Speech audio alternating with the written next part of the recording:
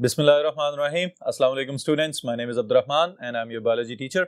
Students, इस session में हम स्टार्ट करने जा रहे हैं one of the most important topics of chapter number 12 and that is digestion in stomach. Long question के लिए स्पेशली बहुत ज्यादा इंपॉर्टेंट है और फिर इसके अंदर शॉर्ट क्वेश्चंस और मल्टीपल चॉइस क्वेश्चन स्टेटमेंट्स मौजूद हैं जो मैं आपको साथ साथ हाईलाइट करवाता जाऊंगा। तो डिटेल्स बोर्ड पे देखते हैं।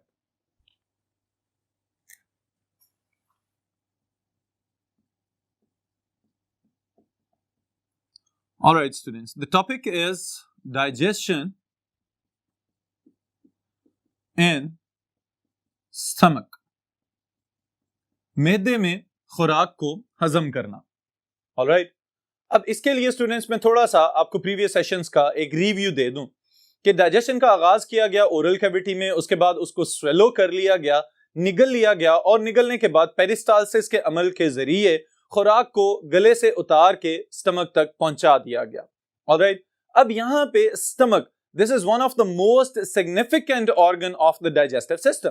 किस तरह से कि ये स्टोरेज साइट भी है, थोड़ी देर के लिए खुराक को यहां पे जखीरा भी किया जा सकता है, फिर उसके बाद खुराक की एक मखसूस किस्म यानी कि प्रोटीन्स को यहां पे पार्टली डाइजेस्ट भी किया जाता है और फिर उसके बाद इसको फॉरवर्ड आगे स्मॉल इंटेस्टाइन्स के हवाले कर दिया जाता है। ऑलराइट, तो ये बुनियादी काम है जो आपका मैदा परफॉर्म कर रहा है, लेकिन इसकी पोजीशन क्या है, इसका स्ट्रक्चर क्या है और कौन कौन सी सिक्रीशंस गैस्ट्रिक जूस की फॉर्म में इसके अंदर रिलीज हो रही हैं, ये सब चीजें हम अभी वन बाय वन देखते हैं। Alright, so the first thing is position of stomach.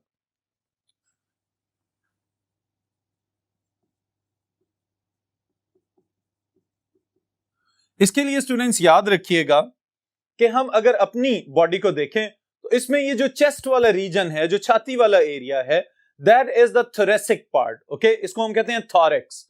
और फिर उसके बाद एक पार्टीशन मौजूद है, एक दीवार मौजूद होती है पसलियों के बिल्कुल नीचे जो पेट वाले हिस्से को अलहदा कर देती है और पेट वाले हिस्से को हम कहते हैं दैट इज द एब्डोमेन और एब्डोमिनल रीजन। ऑलराइट, तो स्टमक यहां पे याद रखने वाली बात है तो बिल्कुल ही थॉरेक्स के नीचे आपकी बॉडी के अंदर, लेकिन एब्डोमिनल पार्ट में इसको शामिल किया जाएगा।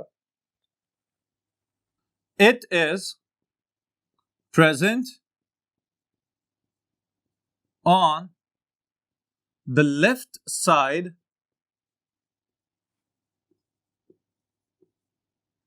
और कहां पे मौजूद है? Below the diaphragm. All right, and the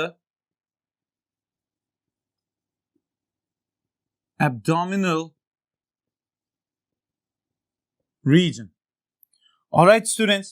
अब देखें, अगर मैं यहां पे आपके सामने खड़ा हुआ हूं तो हमें ये याद होना चाहिए कि ओरल कैविटी, बकल कैविटी हमारे मुंह वाला हिस्सा, उसके बाद खुराक की नाली से यहां से खुराक होते हुए गई और कहां पे पहुंच गई?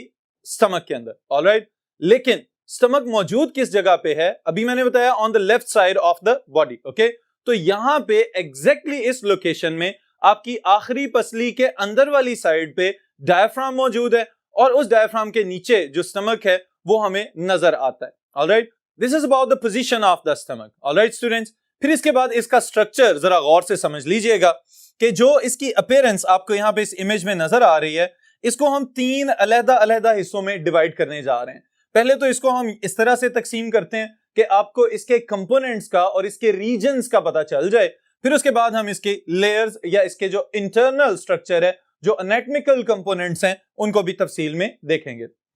ऑलराइट, तो यहां पे हम लिख लेते हैं रीजन्स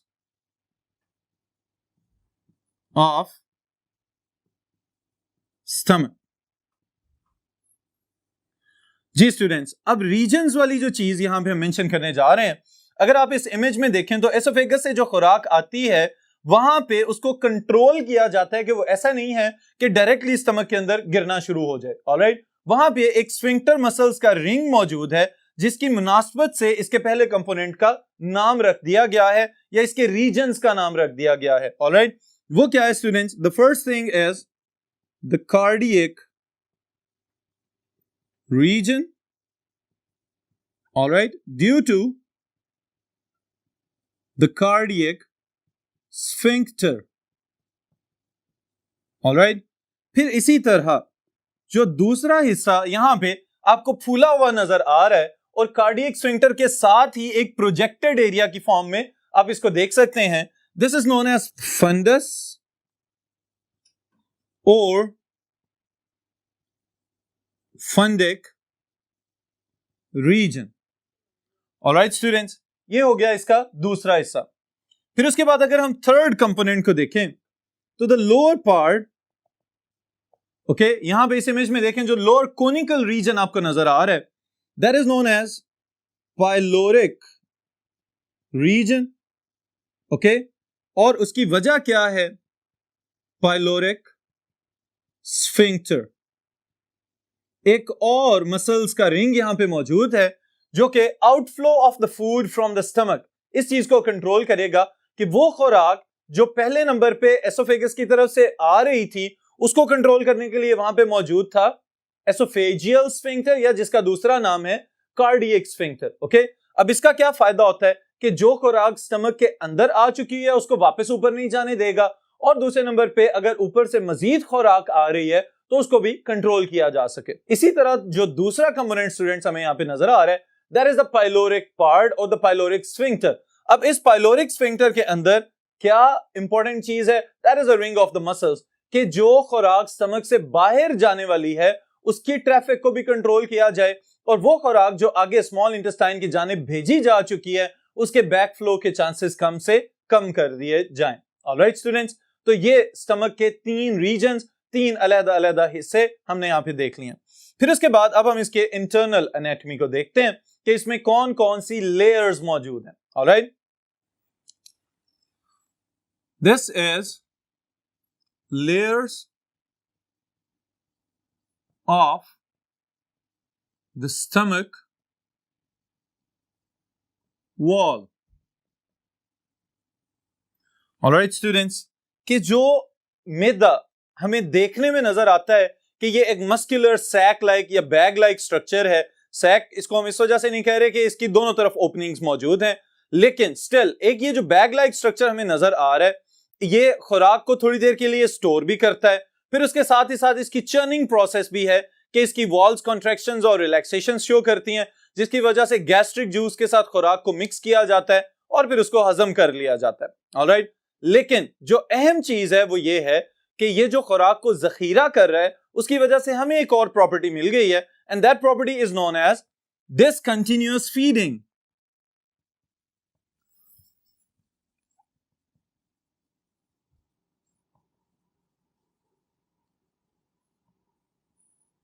जी स्टूडेंट्स, अब ये डिसकंटिन्यूअस फीडिंग से क्या मुराद है? ये एक ऐसी प्रॉपर्टी है जिसमें हमारी तरह के बड़े लिविंग ऑर्गेनिजम्स अपना खाना खाने पे कम वक्त सर्व करते हैं और बाकी लाइफ एक्टिविटीज परफॉर्म करने के लिए वक्त बचा लेते हैं. ऑलराइट, अब ये वाली खसूसियत यहाँ पे हमारे अंदर मौजूद है तो स्टमक की वजह से पॉसिबल है.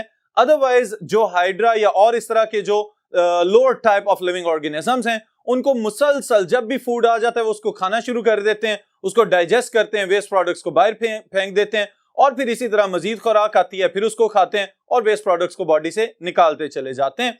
सो we are discontinuous feeders due to the stomach. और यहाँ पे एक इंपॉर्टेंट बात मैं आपको बता दूं कि ऑलमोस्ट 2 घंटों के अराउंड वक्त है कि जिसके लिए स्टमक खुराक को जखीरा करता है और उसके बाद फिर उसको आगे पुश कर दिया जाता है टुवर्ड्स द स्मॉल इंटेस्टाइन. और कुल मिला के ऑलमोस्ट 6 से 8 घंटे का वक्त गुजरता है कि जो स्टमक से और स्मॉल इंटेस्टाइन तक खुराक रहती है, फिर उसको आगे लार्ज इंटेस्टाइन में भेज दिया जाता है और वहां पे थोड़ी देर के लिए एब्जॉर्प्शन और फिर रेक्टम के अंदर स्टोरेज की जाती है और फिर बॉडी से बाहर निकाल दिया जाता है. Alright, so let's talk about the layers of the wall of the stomach. इसमें students the first thing is the outer layer. Okay, outer layer को जनरली हम कहते हैं कि it is made up of connective tissue. Alright, और इसी connective tissue का एक और नाम है that is known as serosa. Okay, ये जो बाहर वाली शाइनी सी लेयर आपको नजर आ रही है इस स्टमक के स्ट्रक्चर के अंदर, this is the layer of the connective tissue also known as serosa. उसके बाद फिर स्टूडेंट्स जो दूसरी लेयर, अगर इसको हम यहां से हटाएं, the second layer is the middle one,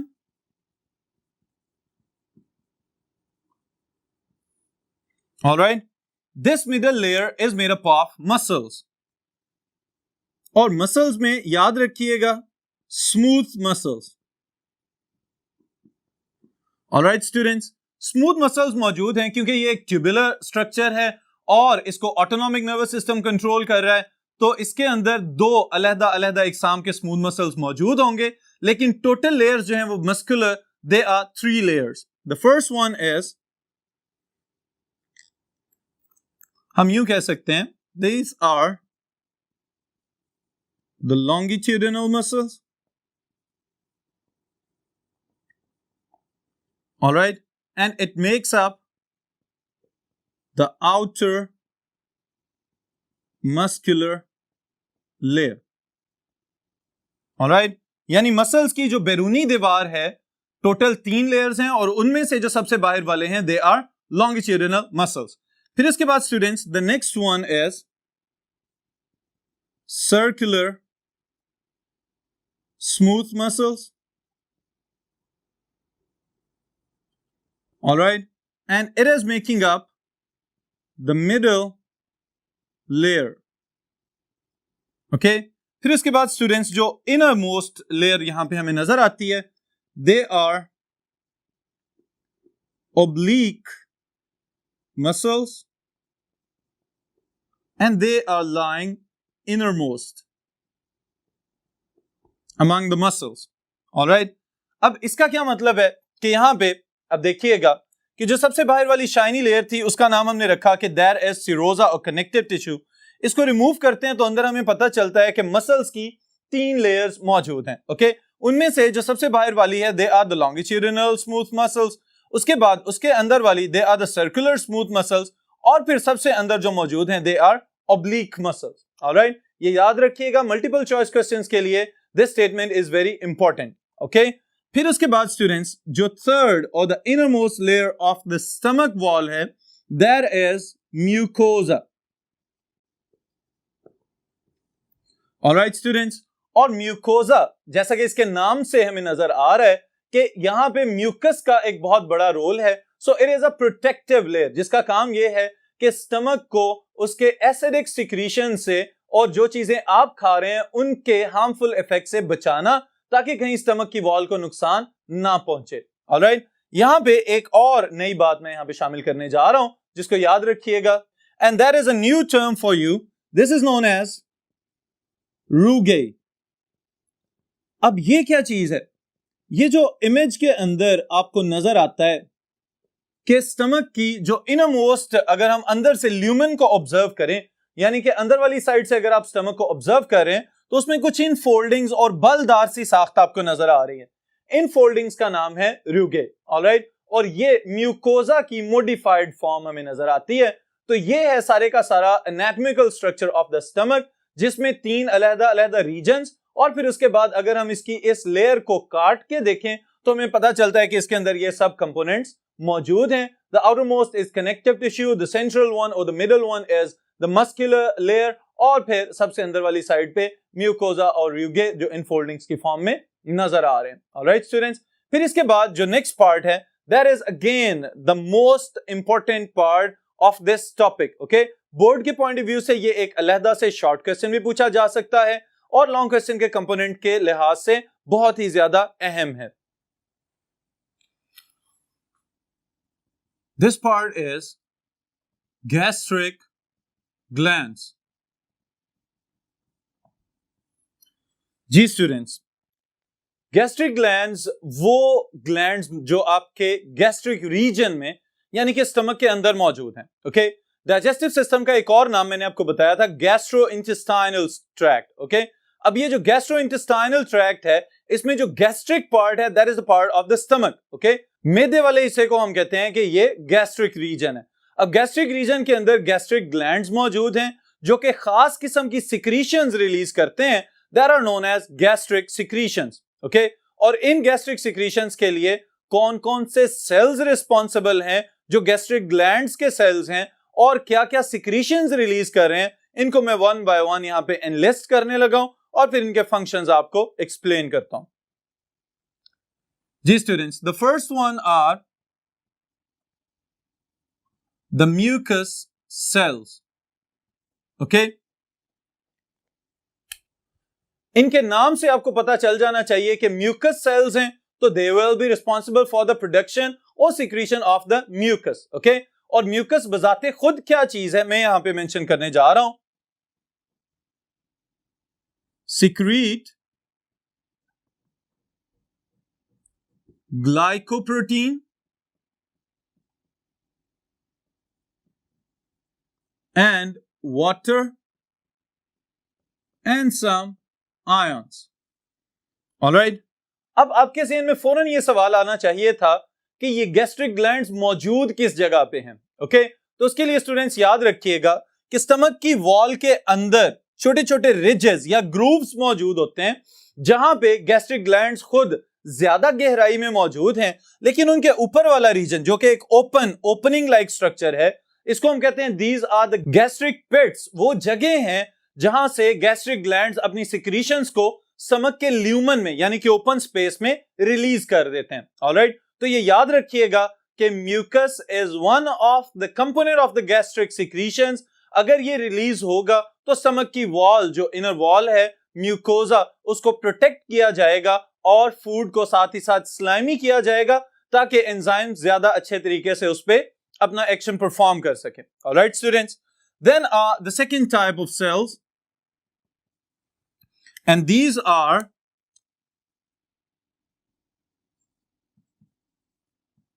axanthic cells or parietal cells. जी स्टूडेंट्स, ये जो सेल्स हैं साख के एतबार से भी बाकी सेल्स से थोड़े से डिफरेंट नजर आते हैं. अगर आप इस इमेज के अंदर देखें तो जो यहां पे आपको पैराइटल सेल्स या ऑक्जेंटिक सेल्स नजर आ रहे हैं, इनका सामने की जानिब से यानी कि अगर हम ल्यूमन ऑफ द स्टमक की जानिब से इसको देखें तो ये हमें लोब्ड स्ट्रक्चर नजर आ रहा है कि जैसे इनकी अपनी मेम्ब्रेन के अंदर छोटी छोटी ग्रूव्स मौजूद हैं. इन ग्रूव्स का यहाँ पे मौजूद होना बहुत ही ज्यादा कारआमद एडाप्टेशन है और इसकी बुनियादी वजह क्या है? These cells are responsible for the production of HCl and that is hydrochloric acid. Alright, ये याद रखिएगा स्टूडेंट्स कि ये जो तेजाब हमारे मैदे में पैदा हो रहा है ये खुराक को हजम करने के लिए, नरम करने के लिए और माइक्रो ऑर्गेनिज्म से छुटकारा दिलाने के लिए यहाँ पे रिलीज किया जाता है. ओके, लेकिन इसके साथ ही साथ आपके माइंड में एक और सवाल पैदा होना चाहिए कि अगर स्टमक के अंदर से एसिड रिलीज हो रहा है तो ये भी तो पॉसिबल है कि ये सेल्स जो कि इस एसिड को बना रहे हैं या ये तेजाब पैदा कर रहे हैं आपके मैदे के अंदर, ये खुद भी डीजेनरेट हो जाएं और स्टमक की वॉल जो कि खुद भी प्रोटीन्स पे मुश्तमिल है, हो सकता है उसको भी नुकसान का सामना करना पड़े. तो इसलिए स्टूडेंट्स ये याद रखिएगा कि ऐसा नहीं होता कि डायरेक्टली HCl प्रोड्यूस कर दिया जाए. ओके, ये जो सेल्स हैं इस लिहाज से एडाप्टेड हैं कि पहले हाइड्रोजन आयंस को रिलीज करें, फिर क्लोराइड आयंस को रिलीज करें और ये जो रिजेस या ग्रूव्स इनके अंदर मौजूद हैं यहां पे HCl बनता है और वो मौजूद कहां पे? Now it is present in the lumen of the stomach. मैदे की ओपन स्पेस में ये मौजूद है और फिर यहां से इसका अगला काम शुरू हो जाएगा and the next function is related with the next type of the cells. और ये कौन से सेल्स हैं? This is your number 3 and these are known as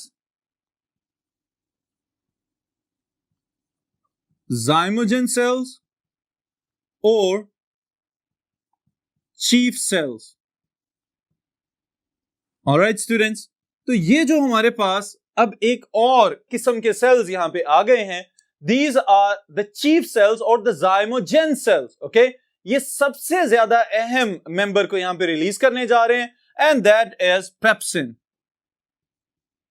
लेकिन यहां पे एक अहम बात मैं और ऐड करता जाऊं कि pepsin is released in its inactive form जिसका नाम है पेप्सिनोजेन. ओके, सो ये याद रखिएगा कि pepsin is not directly secreted out from the chief cells और the zymogen cells as its activated form. Instead, it is secreted out as pepsinogen. लेकिन फिर इसको कन्वर्ट किया जाएगा into the pepsin जो कि इसकी एक्टिव फॉर्म है और इस कन्वर्जन को कौन कंट्रोल करेगा? That is the HCl. Alright, अभी मैंने बताया था कि HCl की प्रोडक्शन जो है वो बहुत अहम काम सरंजाम देने वाली है।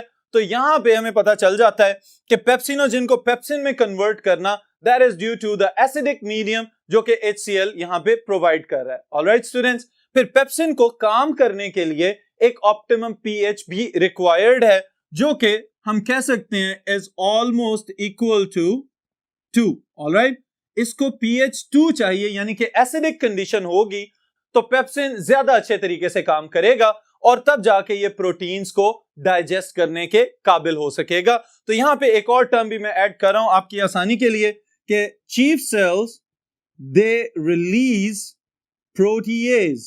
ऑलराइट स्टूडेंट्स, अब प्रोटीएज से क्या मुराद है? वो एंजाइम जो प्रोटीन्स को डाइजेस्ट करने की सलाहियत रखता हो और ये प्रोटीन्स को डाइजेस्ट करेगा पेप्टोन्स में और पॉलीपेप्टाइड्स में, बाकी का काम स्मॉल इंटेस्टाइन में जाके मुकम्मल किया जाएगा। अब ये 3 इकसाम के सेल्स तो स्टूडेंट्स आपकी बुक में मेंशन हैं, लेकिन इसके साथ ही साथ एक और किस्म का मैं इजाफा करने जा रहा हूं यहां पे, इसको याद रख लीजिएगा, आपके कंसेप्ट के लिए ये काम आएगा। These are known as G cells. Alright, G cells are what? They are gastrin secreting cells. Alright, ये खास किस्म के सेल्स हैं जो इन्हीं ग्रूव्स और रिजेस में मौजूद हैं जहां पे बाकी सेल्स मौजूद हैं, लेकिन इनका काम क्या है? गैस्ट्रिन प्रोड्यूस करना। अब students, gastrin is a hormone. Okay, ये ना तो कोई एंजाइम है, ना कोई एसिड है, ना कोई और कंपोनेंट है, बल्कि ये एक हार्मोन है जो कि एक्टिवेट कहां से किया जाता है कि जैसे ही आप कोई प्रोटीन रिच फूड देखें, यानी कि आपके सामने कोई भी ऐसी खुराक लाई जाए कि जो प्रोटीन्स पे मुश्तमिल हो, यानी कि गोश्त वगैरह, चिकन, मछली, दूध और अंडे, तो क्या होगा स्टूडेंट्स? फौरी तौर पे उनके देखने से, उनकी स्मेल से आपका गैस्ट्रिक ग्लैंड एक्टिवेट होना शुरू हो जाता है और इस गैस्ट्रिक ग्लैंड की एक्टिवेशन में the main role is played by the gastrin. Okay, आप उस प्रोटीन फूड को देखेंगे, गैस्ट्रिन की सिक्रीशन और ज्यादा एक्टिवेट होगी, गैस्ट्रिन रिलीज किया जाएगा तो गैस्ट्रिक जूस ज्यादा बनना शुरू हो जाएगा और गैस्ट्रिक जूस बनता जाएगा तो आप प्रोटीन्स को डाइजेस्ट करने के काबिल हो सकेंगे।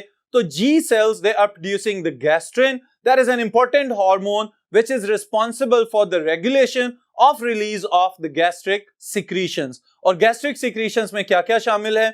There is mucus, number 2 is the HCl, the acid, and number 3 is the pepsinogen which is later on converted into the pepsin। और इसकी कन्वर्जन में एसिडिक मीडियम रिक्वायर्ड है या पहले से एक्टिवेटेड पेप्सिन अगर मौजूद है तो वो भी इसको एक्टिवेट होने में मददगार साबित हो सकता है। Alright students, and number 4 are the G cells that are themselves responsible for producing the gastrin hormone. Alright, फिर उसके बाद एक और चीज स्टूडेंट्स यहां पे मैं ऐड करने जा रहा हूं और ये क्या है? There is the chyme. बहुत इंपॉर्टेंट शॉर्ट क्वेश्चन है आपके बोर्ड के क्वेश्चंस के लिहाज से। What is chyme? ये खुराक जो स्टमक के अंदर मौजूद थी, अब क्या किया जाएगा? Stomach Aahista Aahista in gastric secretions की वजह से उसको मिक्स अप करना शुरू करेगा और साथ ही साथ जो स्टमक की अपनी वॉल्स हैं वो कंट्रैक्शंस और रिलैक्सेशंस शो करेंगी, जिसको हम कहते हैं चर्निंग प्रोसेस। ओके, अब खुराक को और इन सिक्रीशंस को मिक्स किया जाएगा।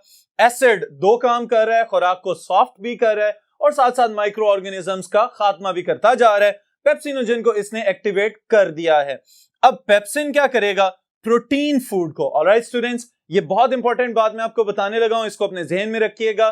The only type of food that is digested inside the stomach is proteins. Okay, आमतौर पे ये समझा जाता है कि आपकी हर किस्म की खुराक को आपका स्टमक ही डाइजेस्ट कर रहा है, लेकिन ऐसा बिल्कुल नहीं है। मैदा सिर्फ और सिर्फ प्रोटीन्स को डाइजेस्ट करता है और साथ हम ये भी कह सकते हैं कि मुकम्मल तौर पे डाइजेस्ट नहीं करता, बल्कि उनको मजीद छोटे छोटे पॉलीपेप्टाइड चेन्स में ट्रांसफॉर्म करता है और उस खुराक को आगे स्मॉल इंटेस्टाइन के हवाले कर दिया जाता है। डाइजेशन का अमल स्मॉल इंटेस्टाइन में छोटी आंत में मुकम्मल किया जाएगा। मैदा बेचारा कसूरवार नहीं है इसके लिए। ऑलराइट, फिर इसके बाद स्टूडेंट्स, काइम की जो हम बात कर रहे हैं, वो खुराक जो स्टमक के अंदर पार्शियली डाइजेस्ट कर दी जा चुकी है, अब एक सेमी लिक्विड फॉर्म में कन्वर्ट हो जाती है कि ना तो वो सॉलिड है और ना ही वो लिक्विड है, बल्कि दही की तरह की उसकी कंसिस्टेंसी नजर आएगी और ये जो सेमी लिक्विड फूड जो कि पार्शियली डाइजेस्ट हो चुका हुआ है, now this is known as chyme. Alright students, और ये जो पार्शियली डाइजेस्टेड फूड अब आपको नजर आ रहा है स्टूडेंट्स, इसकी पीएच अभी भी एसिडिक है और इसको रोक के रखने वाले sphincters they are the pyloric sphincters. जैसे ही ये मैसेज मिलेगा कि अब इस खुराक को आगे पास करने का वक्त है, पाइलोरिक स्फिंक्टर्स ओपन होंगे and the food it will be descended into the small intestine and the first part of the small intestine is duodenum. Alright students, अब यहां पे मैं इस टॉपिक की ब्रेक लगा रहा हूं, लेकिन आखिरी बात मैं जरूर बताता चलूं आपको, क्योंकि ये बहुत ज्यादा जरूरी है आपके समझने के लिए भी और आपकी डेली लाइफ के लिए भी। इसके लिए स्टूडेंट्स एक टर्म मैं पहले बोर्ड पे लिख देता हूं, that is known as pyrosis और हार्ट बर्न। ऑलराइट, अब ये जो लफ्ज मैंने अभी बोर्ड के ऊपर मेंशन किया है, पायरोसिस या हार्ट बर्न, ये याद रखिएगा स्टूडेंट्स, सीने की जलन की एक कैफियत पैदा हो जाती है। बाज़ औक़ात खास तौर पे मुख्तलिफ जगहों पे रहने वाले लोग अपनी मुख्तलिफ किस्म की फीडिंग हैबिट्स रखते हैं। कुछ लोग बहुत ज्यादा खाते हैं, कुछ लोग बहुत कम खाते हैं, और कुछ लोग इस चीज का ख्याल रखते हैं कि बैलेंस डाइट को मेंटेन करना चाहिए। लेकिन जिस तरह की भी फीडिंग हैबिट हो, एक चीज का ख्याल जरूर रखें कि जब भी खाना खाएं उसके फौरन बाद लेटने से या तवील दौरानिये के लिए बैठने से परहेज किया जाए। ऑलराइट, फिर दूसरी वजह जो इस केस में हमें नजर आती है वो क्या है? ओबेसिटी, मोटापा। अगर पहले ही आप ओवरवेट कंडीशन में जा रहे हैं और उसके बावजूद आप लिपिड रिच फूड खाते जा रहे हैं, ऐसी खुराक जिसमें ऑयली नेचर की न्यूट्रिएंट्स बहुत ज्यादा हैं, तो इस चीज से भी परहेज किया जाए। फिर नंबर 3, जो हमारे फूड हैबिट में बहुत ज्यादा चीज दिन ब दिन शामिल होती जा रही है कि एक तो फास्ट फूड खाया जाए, जंक फूड खाया जाए, और उसके साथ ही साथ स्पाइसेस का बहुत ज्यादा इस्तेमाल किया जाए, तेज मसालेदार किस्म की चीजें इस्तेमाल की जाएं। इन तमाम कंडीशंस के साथ ही साथ अगर स्मोकिंग की हैबिट है, बहुत ज्यादा सिगरेट पिया जाता है या अल्कोहल इनटेक की जाती है, तो ये तमाम चीजें स्टूडेंट्स जब मिल जाएंगी तो इसकी वजह से मुसलसल इस मसले का शिकार रहेंगे ये वाले लोग कि इनको सीने के अगले हिस्से में, यानी जस्ट बिहाइंड द चेस्ट, जो ये रिब केज है, जो पसलियों का एक कवर मौजूद है, इसके बिल्कुल पिछली साइड पे मुसलसल एक जलन की सी कैफियत रहती है और उनके मुंह में से एक बहुत बुरी सी स्मेल पैदा होती रहती है, या एक स्टेट ऑफ डिस्कंफर्ट, वो खुद ब खुद ही पुरसुकून किस्म की कंडीशन में नहीं आ पा रहे होते। और इसकी बुनियादी वजह है हार्ट बर्न, जरूरत से ज्यादा खा लेना और उसके बाद फिर मुख्तलिफ इकसाम की ऐसी चीजें खाना जो आपके डाइजेस्टिव सिस्टम के लिए सेहत बख्श नहीं है। ऑलराइट, तो इन सब चीजों का ख्याल रखते हुए बैलेंस्ड डाइट खाएं, ऐसी खुराक खाएं जिनमें ऑयल्स का कम से कम इस्तेमाल किया गया हो, कम मसाले और कम फैट्स आपकी सेहत के लिए बेहतर हो सकते हैं। ऑलराइट स्टूडेंट्स, फिर इसके बाद एक छोटा सा सवाल जिसके साथ मैं ये सेशन खत्म करूंगा, और वो क्या है कि क्या स्टमक के अंदर किसी किस्म की कोई खुराक जज़ब होती है या नहीं? इसका जवाब आप तलाश करें। इस क्वेश्चन को मैं रिपीट कर रहा हूं, is there any type of food और nutrient that has been absorbed inside the stomach? Is there any type of nutrient और there is no absorption inside the stomach? इसका जवाब आप तलाश करें, मैं आपको इसका जवाब दूंगा नेक्स्ट सेशन में। ऑलराइट, तो एंड पे हम इसको समराइज कर लेते हैं स्टूडेंट्स कि अगर ये लॉन्ग क्वेश्चन के लिए आ जाए ये टॉपिक, तो आप सबसे पहले इसकी पोजीशन, फिर उसके बाद इसकी लेयर्स, फिर उसके बाद इसकी सिक्रीशंस और हर एक सिक्रीशन का फंक्शन इसी तरह से पॉइंट्स में डिटेल से मेंशन करें, तो इंशाल्लाह ताला आप इस काबिल हो सकेंगे कि 4 नंबर का लॉन्ग क्वेश्चन मुकम्मल लिख लें। ऑलराइट स्टूडेंट्स, फिर इसके साथ ही यहीं पे खत्म करते हैं इंशाल्लाह ताला नेक्स्ट टॉपिक। बिस्मिल्लाहिर्रहमानिर्रहीम। अस्सलाम वालेकुम students, my name is Abdurrahman and I am teaching you biology. Students, इस सेशन में हम बहुत इंपॉर्टेंट टॉपिक स्टार्ट करने जा रहे हैं। This is digestion in small intestine. लेकिन आज की सेशन में हम अभी सिर्फ इसका फर्स्ट पोर्शन स्टडी करेंगे, that is digestion in duodenum. Duodenum और इसके साथ एसोसिएटेड ग्लैंड्स कौन कौन से हैं, इन सब के स्ट्रक्चर्स और फंक्शंस अभी हम बोर्ड पे देखते हैं। जी students, the topic is digestion in small intestine. All right, digestion in small intestine. जी स्टूडेंट्स, अभी तक जो चीजें हम गो थ्रू करके आए हैं उसमें हमने डाइजेशन इन ओरल कैविटी देखी है, फिर उसके बाद हमने एसोफेगस में पेरिस्टालसिस का प्रोसेस स्टडी किया था, फिर उसके बाद हमने प्रीवियस सेशन में डाइजेशन इन स्टमक को स्टडी किया कि मैदे के अंदर किस किस तरह से सिक्रीशंस रिलीज की जाती हैं और फिर प्रोटीन फूड को डाइजेस्ट किया जाता है। यहाँ पे एक सवाल मैं आपसे पूछना चाहूंगा कि क्या स्टमक के अंदर किसी किस्म का फूड एब्जॉर्ब हो सकता है? तो इसका जवाब है नो। ऑलराइट, हमारे मैदे के अंदर कोई भी खुराक जज़ब नहीं हो रही होती, लेकिन इसके साथ ही साथ कुछ ऐसे सब्सटेंसेस हैं that can be absorb, okay, just like water, पानी जज़ब हो सकता है, अल्कोहल एब्जॉर्ब हो सकती है स्टमक की लाइनिंग के अंदर, और फिर मुख्तलिफ ड्रग्स जैसे कि एस्पिरिन वगैरह ये जज़ब हो जाती हैं मैदे की दीवार के अंदर। कोई और food component like carbohydrates, proteins और fats, they are never absorbed across the wall of the stomach into the bloodstream. Alright, ये बात याद रखिएगा।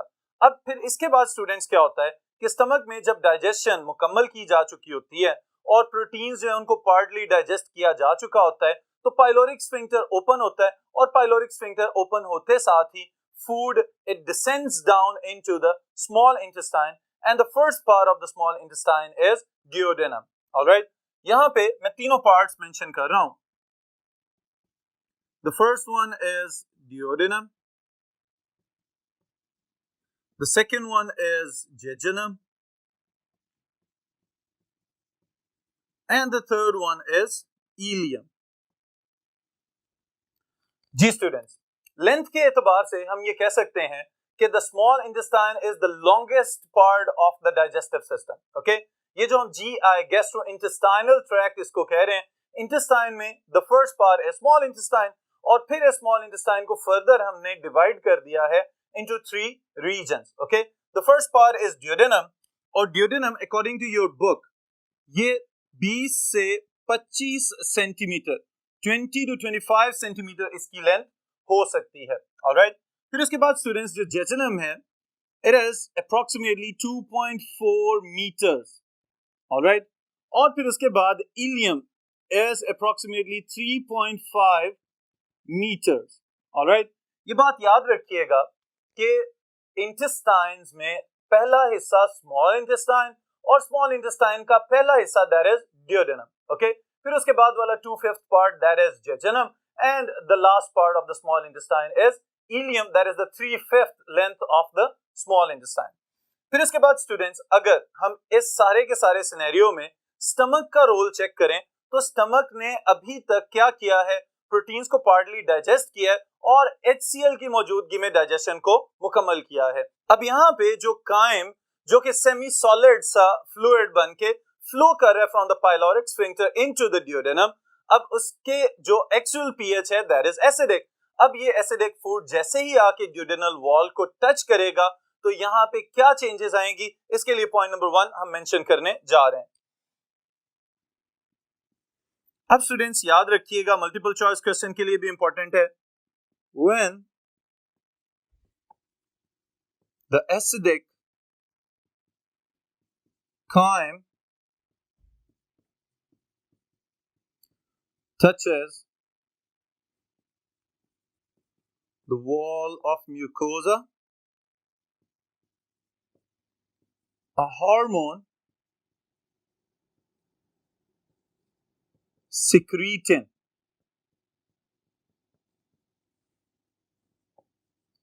is released. जी स्टूडेंट्स, अब ये जो हार्मोन रिलीज हो रहा है अगला फंक्शन सारे का सारा इसके रिलीज या सिक्रीट होने के ऊपर डिपेंडेंट है। वो किस तरह से? बिल्कुल इसी तरह जैसे हमने प्रीवियस सेशन में देखा कि गैस्ट्रिन प्रोड्यूस होता है in the presence of protein food inside the stomach. अगर आपके मैदे के अंदर प्रोटीन फूड मौजूद है और पार्टली डाइजेस्टेड पॉलीपेप्टाइड चेन्स जाके बार बार स्टमक की वॉल को टच हो रही हैं तो उसकी वजह से मजीद गैस्ट्रिन प्रोड्यूस किया जाएगा। ज्यादा गैस्ट्रिन प्रोड्यूस होगा तो उसके बदले में ज्यादा पेप्सिन, ज्यादा HCl और बाकी गैस्ट्रिक सेक्रीशंस रिलीज की जाएंगी, तो गैस्ट्रिक जूस और ज्यादा प्रोड्यूस होगा और ज्यादा प्रोटीन्स टूटेंगे और ज्यादा गैस्ट्रिन प्रोड्यूस होगा और ये प्रोसेस स्टमक के अंदर चलता रहेगा। फिर इसके बाद यहाँ पे जैसे ही काइम ने आके ड्यूडेनम की वॉल को टच किया उसके उस एसिडिक मीडियम की वजह से जो ड्यूडेनम की वॉल के अंदर स्पेशलाइज्ड एंटीरिक सेल्स मौजूद हैं, वो वहीं से सिक्रीटिन को रिलीज करेंगे और सिक्रीटिन स्टिमुलेट कर देगा जाके एसोसिएटेड एक्सेसरी ग्लैंड्स को, there are the liver and the pancreas, जो कि डाइजेशन इन ड्यूडेनम में बहुत सिग्निफिकेंट रोल प्ले कर रहे हैं। इनको हम वन बाय वन अभी डिटेल से देखना स्टार्ट करते हैं। अब स्टूडेंट्स, सिक्रीटिन जैसे प्रोड्यूस होगा, यहां पे मैं एक और हार्मोन का नाम भी मेंशन कर रहा हूं, एंड दैट इज कोलसिस्टोकिनिन। अब याद रखिएगा कि ये हार्मोन और सिक्रीटिन ये मिल के पेंक्रियाज को एक्टिवेट कर देते हैं। दीज हार्मोन्स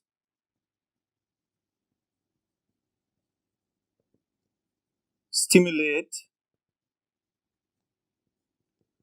exocrine tissue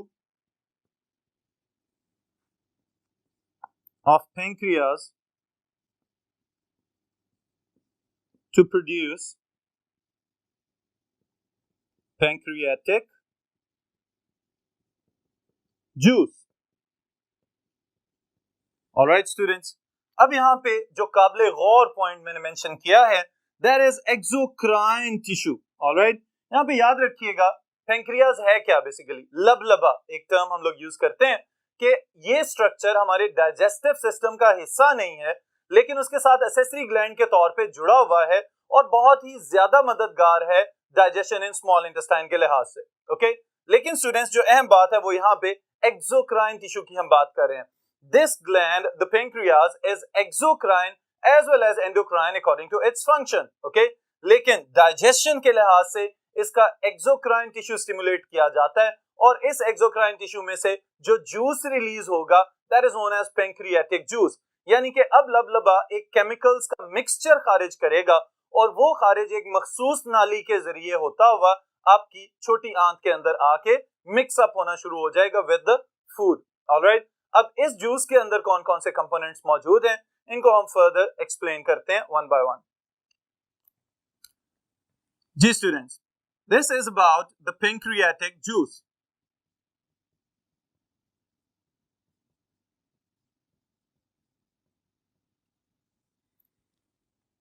अब पेंक्रियाज में से जैसे ही स्टिमुलस मिला पेंक्रियाज को from the secretin and cholecystokinin, इसने फौरी तौर पे अपने सेल्स को एक्टिवेट किया और जूस बनाना स्टार्ट कर दिया।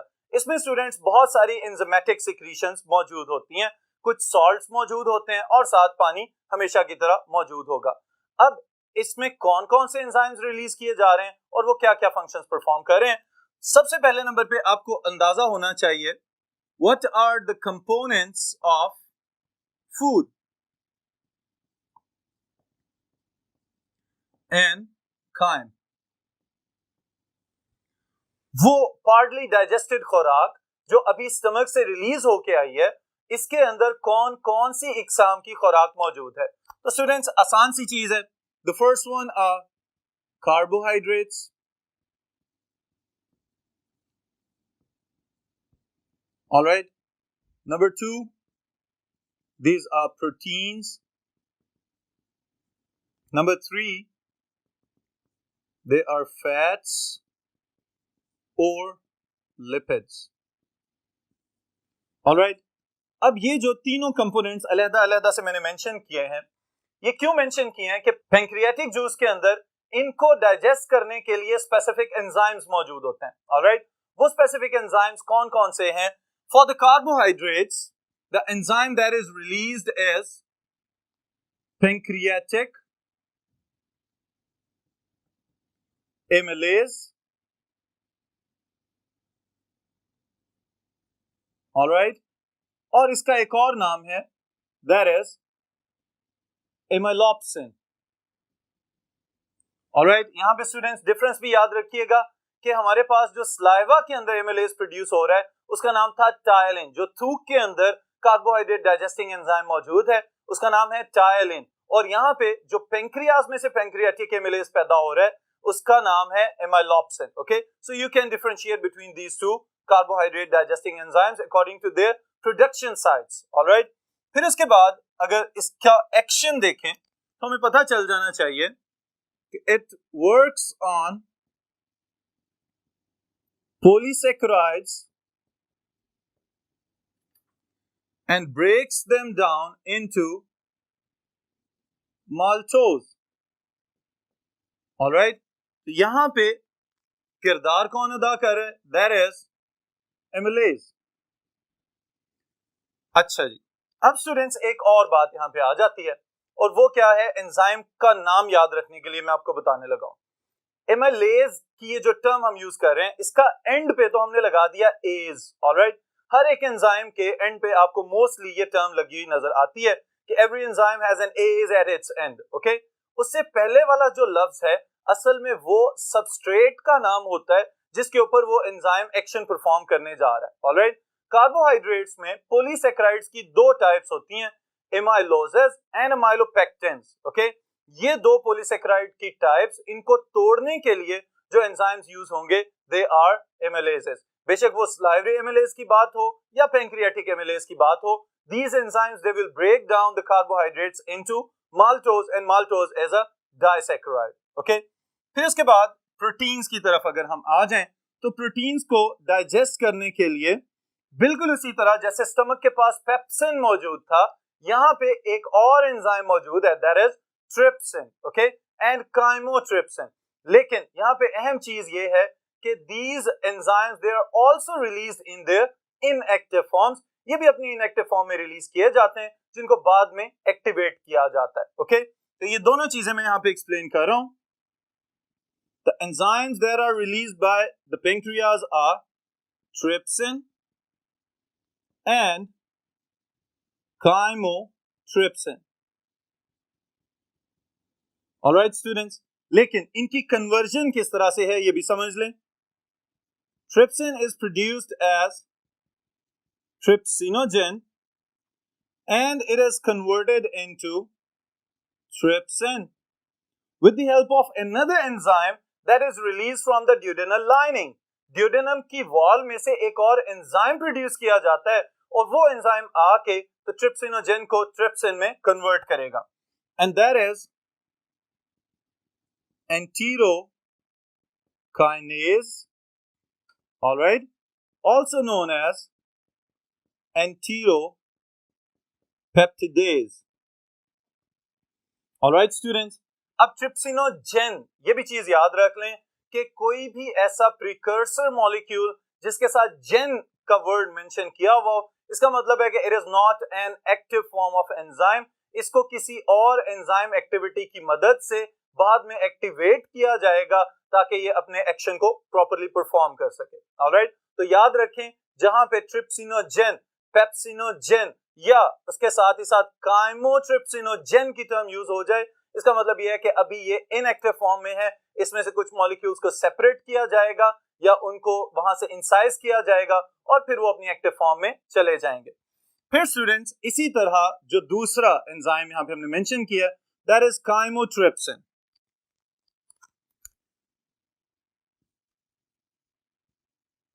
Chymotrypsin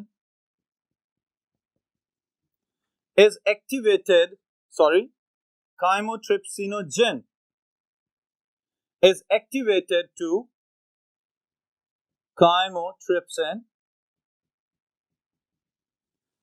with the help of trypsin itself. All right students, ये बात याद रखिएगा कि काइमोट्रिप्सिनोजेन जो कि इनएक्टिव फॉर्म है, इसको इसकी एक्टिव फॉर्म में लेके जाने के लिए पहले ट्रिप्सिन का मौजूद होना जरूरी है। इसका मतलब यह है कि ट्रिप्सिनोजेन को इससे पहले ट्रिप्सिन में कन्वर्ट करना ज्यादा अहम होगा। ऑलराइट, और फंक्शन क्या परफॉर्म कर रहे हैं यहाँ पे? These are proteases. तो इसका मतलब क्या है? They will break down proteins into peptones and polypeptides. All right students, and this function is performed by these two enzymes that are trypsin and chymotrypsin. So trypsin और chymotrypsin क्या कर रहे हैं? आपकी खुराक में जो प्रोटीन्स का हिस्सा जो कि स्टमक में से अनडाइजेस्टेड फॉर्म में यहाँ तक पहुंचा है, उन बड़ी प्रोटीन्स को तोड़ के मजीद छोटी छोटी चेन्स में कन्वर्ट करना शुरू कर देंगे। So this is another function of the pancreatic juice. फिर इसके बाद स्टूडेंट्स थर्ड फूड कंपोनेंट की तरफ आ जाएं. दीज आर द फैट्स और लिपिड्स. ओके, अब फैट्स और लिपिड्स के लिहाज से बहुत आसान है एंजाइम का नाम याद रखने के लिए, and that is lipase. Alright, lipase. अब इसका नाम देख के भी आप समझ जाएं कि एज है तो एंजाइम है और लिपिड्स को डाइजेस्ट करने के लिए इस्तेमाल होगा, so that the bigger fat molecules they will be broken down into smaller fat particles. Okay, अब इसके लिए स्टूडेंट्स एक और टर्म आपके लिए यहां पे मेंशन कर रहा हूं मैं, there is emulsification. Alright, emulsification असल में तो फंक्शन है बाइल जूस का. ओके, इसकी डिटेल अभी मैं अगले पार्ट में आपके लिए एक्सप्लेन करूंगा. यहां पे सिर्फ आप जो बात याद रखेंगे वो क्या है कि for the digestion of fats by the lipase there should be emulsified fats. पहले से एमल्सिफाइड फैट्स होने चाहिए, and these fats are broken down into fatty acids and glycerol molecules.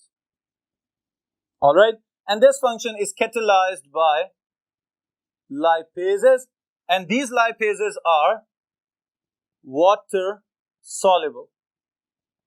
All right students, ये बात बहुत अहम है, याद रखिएगा कि lipases water soluble enzymes हैं और यहाँ पे क्या कर रहे हैं कि जो फैट्स पहले से इमल्सिफाई किए जा चुके हैं, यानी कि बड़े ग्लोब्यूलर स्ट्रक्चर्स में से उनको छोटे छोटे ग्लोब्यूलर स्ट्रक्चर्स में या काइलोमाइक्रॉन्स में कन्वर्ट किया जा चुका है. इन स्ट्रक्चर्स के ऊपर लाइपेज अपना एक्शन परफॉर्म करेगा और उस एक्शन परफॉर्म करने की वजह से इनको फर्दर इनके सब यूनिट्स में कन्वर्ट कर देगा, एंड दीज सब units are fatty acids and glycerol molecules. Alright students, फिर इसके बाद it is the fourth component of the pancreatic juice, जिसको मैं यहां पे मेंशन करने लगा हूं, and that is sodium bicarbonate. अब आपके ज़हन में ये सवाल आ रहा होगा कि एंजाइमेटिक सिक्रीशंस की तो समझ आती है कि इन्होंने खुराक को हजम करना है, लेकिन सोडियम बाइकार्बोनेट तो कोई एंजाइम नहीं है, तो इसका यहाँ पे खुराक के हजम करने से क्या ताल्लुक है. लेकिन स्टूडेंट्स ये बात याद रखें कि enzymes can not work without their optimum conditions. Okay, जिसमें ऑप्टिमम पीएच होना बहुत ज्यादा जरूरी है, और ये काम सोडियम बाइकार्बोनेट यहाँ पे परफॉर्म करेगा कि जब खुराक स्टमक में से निकल के स्मॉल इंटेस्टाइन में आ रही थी उस वक्त तो वो हाई एसिडिक थी. इसका मतलब है कि उसकी पीएच को थोड़ा सा कम करना बहुत ज्यादा जरूरी था ताकि उसकी तेजाबियत कम की जाए और उसको 5 और 6 तक लाया जा सके, ताकि ड्यूडेनम के जो अपने एंजाइम्स हैं वो अपनी अपनी ऑप्टिमम पीएच पे बेहतरीन कारकर्दगी परफॉर्म कर सके. ऑलराइट, तो यहाँ पे मैं एक पॉइंट मेंशन कर रहा हूं, it neutralizes the acidic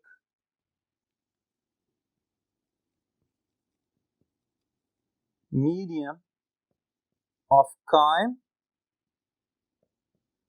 so the pancreatic enzymes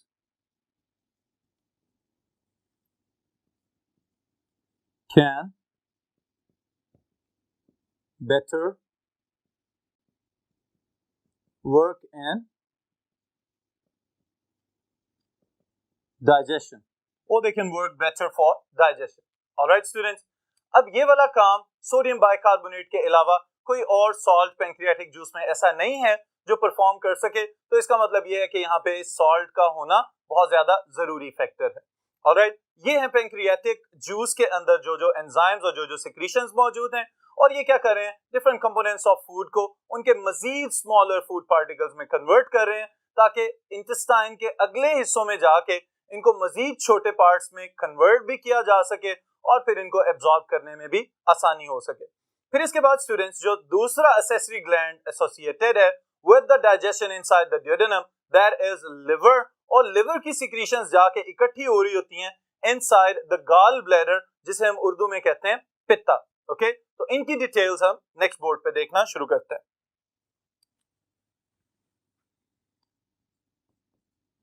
now this is about liver. Alright students, अब लिवर तक बात खत्म नहीं होगी बल्कि इसके अगले कंपोनेंट्स भी मैं यहाँ पे मेंशन करने जा रहा हूं, फिर इनको वन बाय वन हम एक्सपैंड करना शुरू करेंगे। The first thing is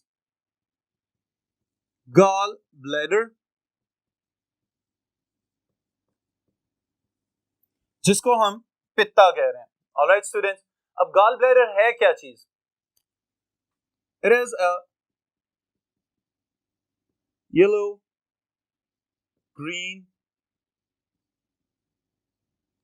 sac-like structure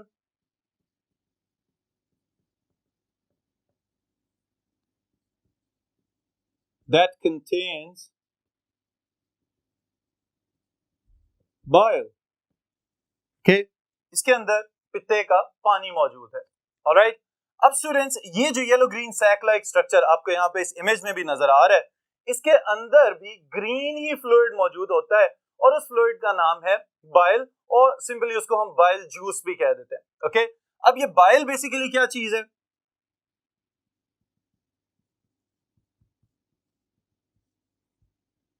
mixture of water, bile salts and bile pigment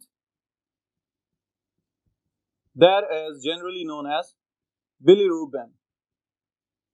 Alright students, अब ये है बाइल, लेकिन जो सबसे अहम पार्ट है इस बाइल जूस का वो मैं भी मेंशन करने जा रहा हूं, और आपको हैरत होगी ये वाली बात सुन के कि बाज़ औक़ात ये समझा जाता है कि बाइल के पास भी कुछ ऐसे एंजाइम्स मौजूद हैं जो खुराक को हजम करने में मददगार होंगे, but bile contains no enzymes.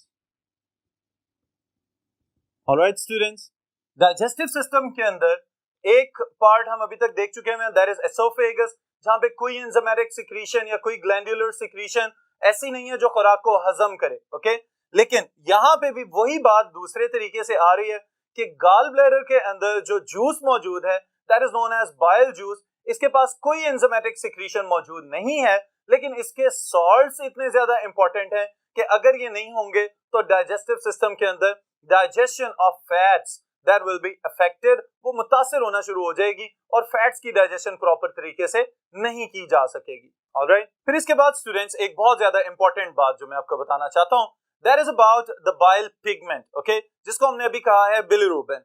अब बिलिरुबिन प्रोड्यूस कहां से हो रहा है, इसको भी थोड़ा सा आपको प्रीवियस प्रीव्यू होना चाहिए कि आपके जब रेड ब्लड सेल्स पुराने हो जाते हैं और जैसे जैसे उनका डेथ का टाइम करीब आता है तो वो रिसाइकलिंग के लिए लिवर में ले आए जाते हैं। अब लिवर के अंदर क्या किया जाता है, उनके तमाम कंपोनेंट्स को अलग-अलग कर दिया जाता है, हीम ग्रुप सेपरेट हो जाएगा, प्रोटीन्स सेपरेट हो जाएंगी, और इसी तरह इसमें से बाकी जो कंपोनेंट्स लाइक आयरन उनको अलग कर दिया जाएगा। अब यहाँ पे जो वेस्ट प्रोडक्ट प्रोड्यूस हो रहा है that is the bile pigment and it is bilirubin. इसको लिवर में से निकाल के गॉल ब्लैडर में भेज दिया जाता है, लेकिन यहाँ पे एक बहुत अहम बात है कि जिसका ख्याल रखना बहुत ज्यादा जरूरी होता है कि जब हमारी मेटाबॉलिक एक्टिविटीज में गड़बड़ होगी, स्पेशली जब बॉडी पहले ही ओबेसिटी की तरफ जा रही है और ज्यादा फैट इनटेक चल रहा है बॉडी के अंदर, तो उस सूरत में स्टूडेंट्स क्या होता है कि ये जो बिलिरुबिन है ये बजाय इसके कि इंटेस्टाइन में जाए, ये क्या करता है कि आहिस्ता आहिस्ता ब्लड में जाना शुरू हो जाता है। अब जैसे ही ये बाइल पिगमेंट ब्लड में जाएगा तो इसको बॉडी के डिफरेंट पार्ट्स में डिस्ट्रीब्यूट कर दिया जाता है। अब इसके अपने कलर की वजह से हर बॉडी के ऑर्गन में ये इंपैक्ट आना शुरू हो जाता है कि पेल येलोइश अपीयरेंस नजर आना शुरू हो जाए, और जब आंखों में, स्किन के ऊपर, चेहरे के ऊपर आहिस्ता आहिस्ता पीला रंग आना शुरू हो जाता है, तो उस सूरत में ये समझा जाता है कि this is the symptom of jaundice, यरकान हो चुका हुआ है। ऑलराइट स्टूडेंट्स, तो इस लिहाज से this bilirubin is really significant कि इसको फौरी तौर पे प्रोडक्शन के बाद कहां पे भेज देना चाहिए, इनटू द इंटेस्टाइन, ताकि वहां से ये आउटगोइंग अनडाइजेस्टेड फूड के साथ बॉडी से बाहर चला जाए। और फिर इसके साथ ही एक और बात कि जो अनडाइजेस्टेड फूड जिसको हम फीसेस या स्टूल कहते हैं, ये जो फुजला बॉडी से खारिज हो रहा होता है स्टूडेंट्स, इसका ये जो येलोइश कलर है that is also due to the bilirubin. ये भी बाइल पिगमेंट के कलर की वजह से इसका रंग ऐसा नजर आ रहा होता है। ऑलराइट, फिर इसके बाद वापस चल रहे हैं हम अपने बाइल सॉल्ट्स की सिग्निफिकेंस की तरफ कि बाइल सॉल्ट्स एक बहुत इंपॉर्टेंट रोल प्ले कर रहे हैं, and that is emulsification. Alright, अब स्टूडेंट्स ये इमल्सिफिकेशन क्या चीज है?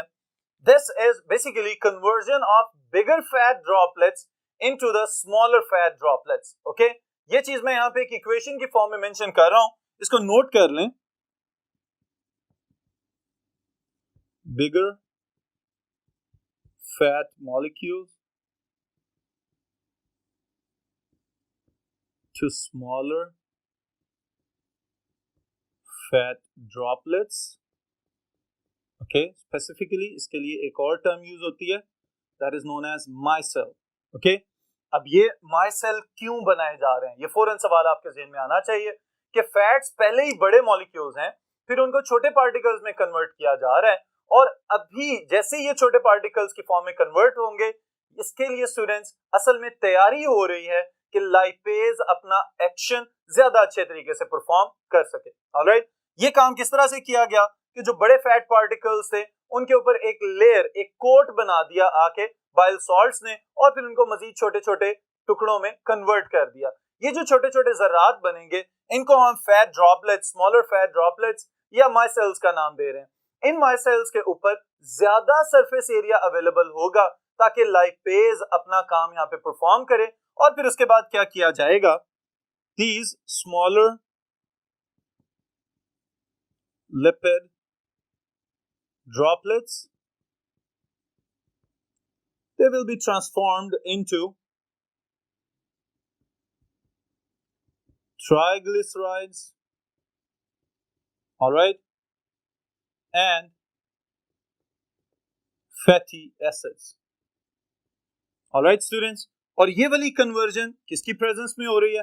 In the presence of lipase. Okay, lipase जो एंजाइम है ये कहां से प्रोड्यूस किया गया? From the pancreatic juice, pancreas के एक्सोक्राइन सेल्स ने ये प्रोड्यूस किया, और फिर यहाँ पे आके ये अपना एक्शन परफॉर्म करना शुरू हो गया। ऑलराइट, अब यहाँ पे एक और अहम बात मैं मेंशन कर दूं, जो पहले जॉन्डिस वाली बात स्टूडेंट्स मैंने मेंशन की है, वो हम यहाँ पे मेंशन भी कर लेते हैं। दैट इज अबाउट जॉन्डिस यरकान। ओके, इसके लिए स्टेटमेंट मेंशन कर रहा हूं मैं, if the bile pigments are prevented to leave through intestinal tract,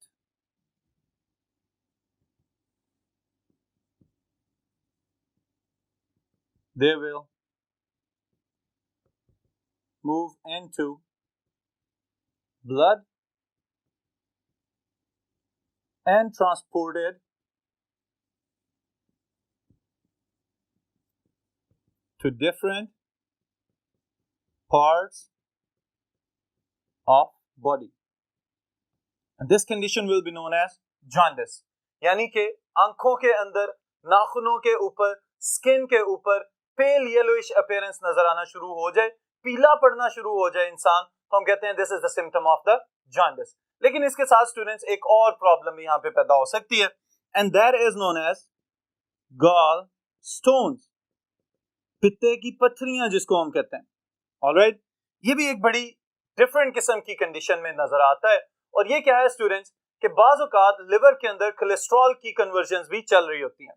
अब क्या होता है कि जो बाइल सॉल्ट्स पहले से गॉल ब्लैडर के अंदर मौजूद हैं, कोलेस्ट्रॉल को भी अगर प्रॉपरली मेटाबोलाइज ना किया जाए और वो आके उन सॉल्ट्स के साथ मिक्स अप होना शुरू हो जाए, और उस सूरत में बैड कोलेस्ट्रॉल जब सॉल्ट्स के साथ कंबाइन करता है, तो उस सूरत में स्टूडेंट्स छोटे छोटे स्टोन्स बनना शुरू हो जाते हैं, जिनको हम कहते हैं गॉल स्टोन्स, पित्ते की पत्थरियां बनना शुरू हो गई हैं। अब इन पत्थरियों का नुकसान क्या होता है कि वो बाइल जूस जो पित्ते में से निकल के स्मॉल इंटेस्टाइन तक पहुंचना था, ये आहिस्ता आहिस्ता इसकी सिक्रीशन इनहिबिट होना शुरू हो जाएगी, ऑब्स्ट्रक्ट कर दी जाएगी, दरमियान में रुकावट पैदा हो जाएगी। इस सूरत में क्या होगा कि बाइल जूस वक्त पे स्मॉल इंटेस्टाइन तक नहीं पहुंच सकेगा, जिसकी वजह से फिर आहिस्ता आहिस्ता डाइजेस्टिव प्रोसेसेस भी खराब होना शुरू हो जाएंगे। Alright, so it is a disorder, और फिर बाद में इन स्टोन्स को सर्जिकली या रेडिएशंस के थ्रू रिमूव किया जा सकता है। ओके, फिर इसके बाद स्टूडेंट्स एक और फंक्शन लिवर का, that is known as detoxification. Alright, liver bile juice बना रहा था, गाल ब्लैडर में स्टोर किया, और फिर उस गाल ब्लैडर के अंदर से बाइल सॉल्ट्स और बाकी चीजें रिलीज हुई, उन्होंने फैट्स को इमल्सिफाई करने में हेल्प आउट किया। और फिर इसके बाद एक और फंक्शन मैं यहाँ पे मेंशन कर रहा हूं, that is the detoxification of toxic substances. ये बहुत ज्यादा इंपॉर्टेंट रोल है लिवर का कि स्टूडेंट्स बाज़ औक़ात कुछ ऐसी चीजें हम इनटेक कर रहे होते हैं जिसका हमारी बॉडी के ऊपर बहुत ही नेगेटिव इफेक्ट हो सकता है।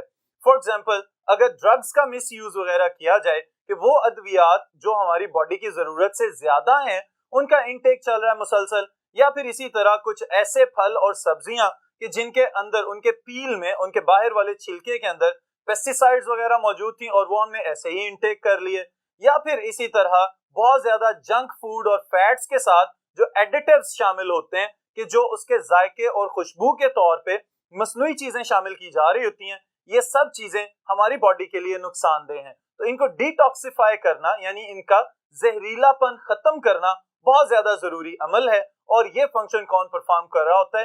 That is the liver. इसके लिए एक मैं स्टेटमेंट यहां पे मेंशन करने जा रहा हूं, दैट इज लिवर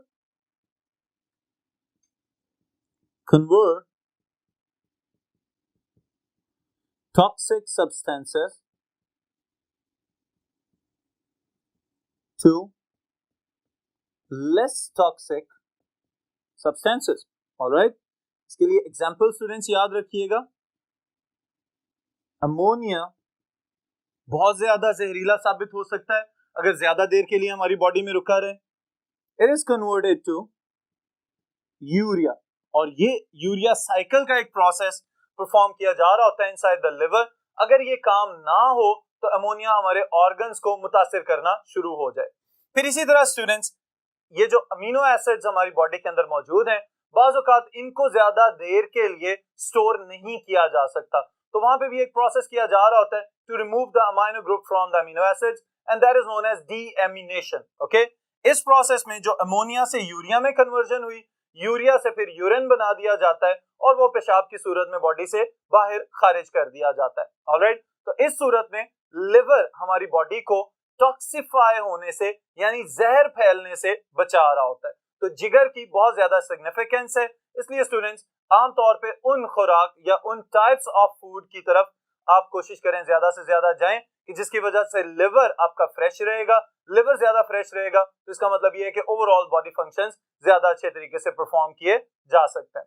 फिर इसके साथ ही आखिरी बात यहाँ पे मैं करता चलूं कि स्टूडेंट्स बाज़ औक़ात हम अपनी खुराक में बहुत सारी ऐसी चीजें शामिल कर रहे होते हैं कि जिनका बहुत ज्यादा नेगेटिव इफेक्ट हो रहा है हमारी अपनी बॉडी के ऊपर। ओके, फॉर एग्जांपल, हमारे मुल्क में तो इस तरह की कुछ चीजें बैन है, लेकिन इंटरनेशनली अगर हम देखें तो हमें नजर आता है कि अल्कोहल इंटेक बहुत ज्यादा आम सी एक आदत बना ली जाती है। अब इस अल्कोहल इंटेक की वजह से स्टूडेंट्स देखने में आया है कि लिवर इन्फ्लेम करना शुरू हो जाता है, जिगर की सोजिश होना शुरू हो जाती है, जबकि ये तो इतना ज्यादा सेंसिटिव ऑर्गन है कि कहने के लिहाज से it is the second biggest organ of the body, लेकिन उसके साथ ही साथ उतना ही ज्यादा सेंसिटिव भी है कि बाज़ औक़ात अगर आप दूसरे जानवरों यानी बकरे और मुर्गी वगैरह की कलेजी देखें, उसमें नाखून चुभोएं तो वो फौरी तौर पे अलहदा होना शुरू हो जाता है। उसको हम कहते हैं लेसरेशन और रप्चरिंग। ओके, अब ये लेसरेशन और रप्चरिंग का अमल हमें इस बात का पता बताता है कि liver is very sensitive organ. Alright,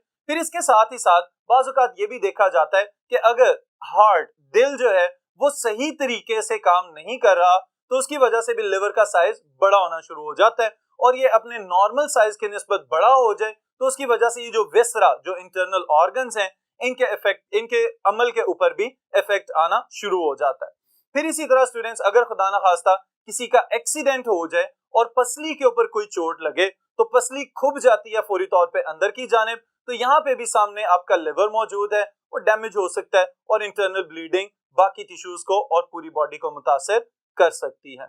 alright, यहीं पे स्टूडेंट्स हम इसको खत्म करते हैं। कहने के लिहाज से डाइजेस्टिव सिस्टम बहुत ज्यादा इंपॉर्टेंट और सिग्निफिकेंट हमारा एक ऐसा सिस्टम है कि जिसके लिए हम जितनी भी ज्यादा केयर करें उतनी ही कम है, लेकिन सॉफ्ट ड्रिंक्स भी चलती रहती हैं, एडिटिव्स वाली खुराक भी चलती रहती है और बहुत ज्यादा जंक फूड भी चलता रहता है, जिसकी वजह से लिवर के ऊपर और डाइजेस्टिव सिस्टम के ऊपर मुसलसल प्रेशर है। इस प्रेशर को रिड्यूस करें, खुद भी सेहतमंद रहें और दूसरों को भी इसकी ताकीद करें। इस सेशन को यहीं पे खत्म करें, फिर इंशाअल्लाह ताला नेक्स्ट सेशन में नेक्स्ट टॉपिक के साथ मुलाकात।